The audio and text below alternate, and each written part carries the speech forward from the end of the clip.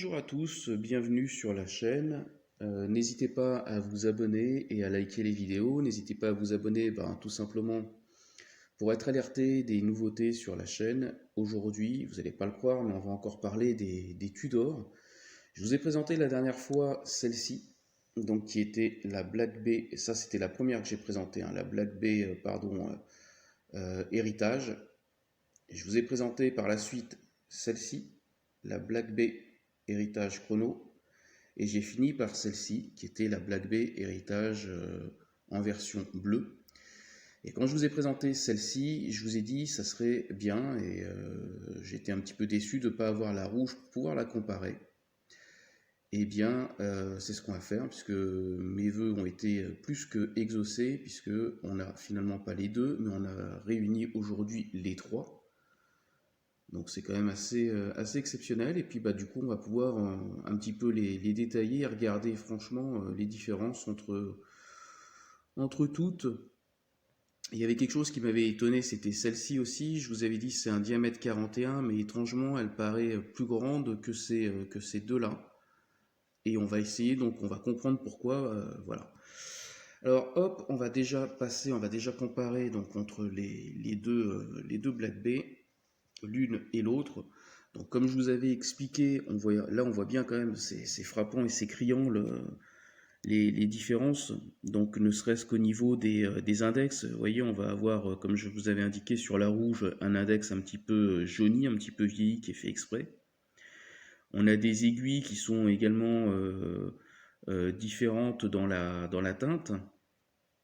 Donc on a de la couleur or sur la rouge, et sur la bleue on va être sur un côté argent, ce qui va donner un côté en fait un petit peu plus plus moderne que la rouge, hein. C'est fait exprès, hein. La rouge elle fait un petit peu plus vieille, mais c'est ce qui fait son charme aussi. Alors, ce que peut-être vous n'aviez pas bien compris, ce que je vous expliquais, ce que vous n'aviez peut-être pas bien vu, c'est ce que je vous parle tout le temps. Ici, vous voyez, sur le remontoir, la bague, ici, elle est rouge. Vous voyez? Hop. Rouge parce que la lunette est rouge. Et ici, on a la bague bleue parce que la lunette est bleue. La noire, je ne l'ai pas, mais peut-être qu'un jour, je vais pouvoir la filmer. Mais vous verrez aussi que la noire, c'est pareil, la bague sera noire.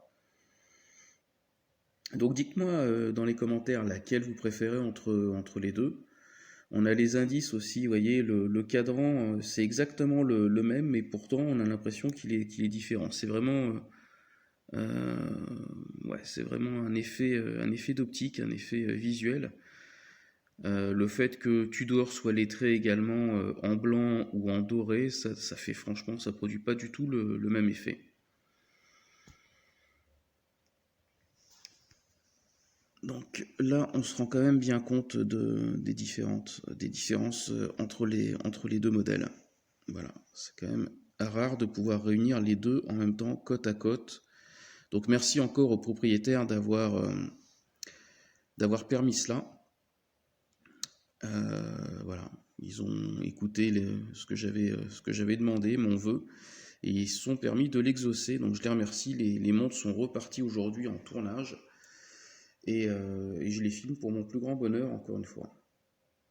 Donc on va comparer celle-ci aussi, on va essayer de comprendre un petit peu le mystère, on va essayer de percer la différence qu'on a au niveau du diamètre, mais en fait je suis en train de comprendre pourquoi effectivement celle-ci me paraît beaucoup plus grande. Hop.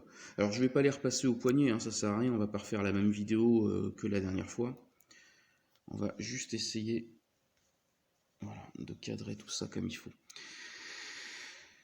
Alors, celle-ci, vous voyez, comme je vous dis, on a quand même nettement l'impression sur la chrono que tout simplement, elle a l'air plus imposante, plus costaud, plus mastoc que les deux là, que les deux Black Bay Héritage, pardon. Et en fait, si on regarde, donc elles sont toutes de diamètre 41, mais si on fait attention, j'ai compris pourquoi celle-ci paraît plus grosse, c'est simplement au niveau de la largeur en fait de la couronne, elle est moins large que sur celle-ci ou celle-ci, vous voyez. Du coup, le verre, comme le fond est un petit peu plus large que sur ces modèles-là et celui-ci. Donc là-dessus, on est sur quelque chose de légèrement plus large, mais effectivement, si vous comparez les bracelets, vous tomberez exactement sur la même chose. Donc la montre n'est pas plus imposante, c'est un petit peu un effet visuel parce que du coup, comme je vous dis, ils ont élargi en fait la couronne sur celle-ci, ce qui donne un effet plus compact à la montre.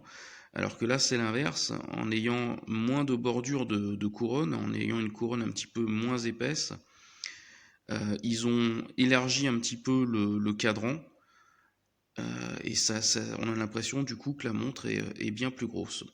Puis vous avez aussi les boutons qui renforcent aussi cette idée-là.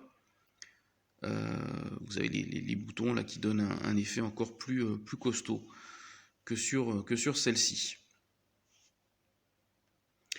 Alors du coup, Tudor a sorti des nouveaux modèles. Donc les Tudor Black Bay 2023, celle-ci et celle-ci n'existent plus vraiment, en tout cas plus dans cette configuration. Celle-ci existe encore, hein, celle-ci vous pouvez encore l'acheter, mais les deux là qu'on a, les Tudor Black Bay 41, celle-ci et celle-ci, celle-ci pour l'instant je pense qu'elle n'est plus encore disponible, elle n'existe pour l'instant plus avec la lunette bleue en diamètre 41, je précise. Et celle-ci existe toujours en diamètre 41, simplement ils ont quand même travaillé d'autres choses. Donc ce qui est plutôt sympa, c'est que Tudor a sorti un nouveau bracelet. Alors certes, j'aimais beaucoup celui-ci, qui est le bracelet Oyster. Ils ont sorti un bracelet jubilé, donc comme vous avez disponible sur Rolex, ou si vous regardez mes vidéos, c'est ce qu'il y a sur l'Océanique, c'est un bracelet jubilé aussi qui est dessus. Et donc ils ont retravaillé un petit peu aussi la lunette. Alors moi perso, je préfère celle-ci en tout cas que les nouvelles, qui sont celle-ci, elle est plus fine. La nouvelle est plus encore dans le style de Rolex. Et alors là, je suis vraiment déçu. C'est que le petit détail que j'aime tant, dont je vous bassine sans arrêt, sur ce bouton là, sur le remontoir, eh bien la bague rouge, bleue ou noire assortie à chaque fois au modèle, eh bien a disparu. C'est désormais plus présent sur les Tudor, et le remontoir a un aspect différent. J'aimais bien celui-ci aussi qui était assez fin et assez sympathique. Bon, alors je les ai vus en vidéo, hein, j'ai pas eu l'occasion de les voir encore en vrai. Donc du coup, bon, l'effet est toujours différent quand vous voyez les choses en vrai. Voilà, il faudra que je m'y attarde.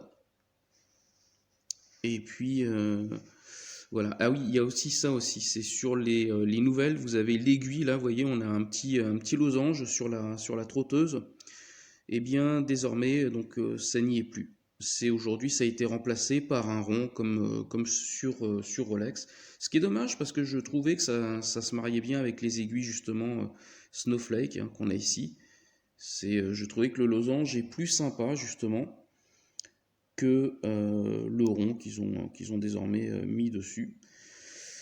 Alors la Black Bay 58 n'existe plus non plus au catalogue, elle a été remplacée par la 54, donc qui est aussi en gabarit plus petite, puisque on va être sur du 37 mm. Ouais. Bon, ben c'est comme ça. Donc il retravaille quand même par petites touches. Ah oui, et un élément très important, c'est au niveau du mouvement. Donc on reste sur la même chose, hein, même étanchéité, on est toujours sur du 200 mètres, etc. Certifié COSC, mais en plus il y a un mouvement qui est pourvu d'un anti-magnétique, je ne sais pas si c'est comme ça qu'on dit, et il paraît que c'est quelque chose de plutôt réussi, en tout cas dans le nouveau mouvement qu'ils ont proposé. Donc voilà, c'était juste pour le fun. Je souhaitais vraiment vous représenter une dernière fois ces montres, et puis on va passer finalement à autre chose hein, par la suite. Bien que j'exclus pas la possibilité de refilmer de nouveau des Tudors. Si jamais vous en avez à me montrer sur la chaîne, n'hésitez pas, vous m'écrivez par mail à l'adresse qui s'affiche là-haut, donc TikTok pardon, fred@gmail.com. Et puis n'hésitez pas à vous abonner, à liker les vidéos, à les commenter. Quant à moi, je vous dis à très très bientôt. Ciao.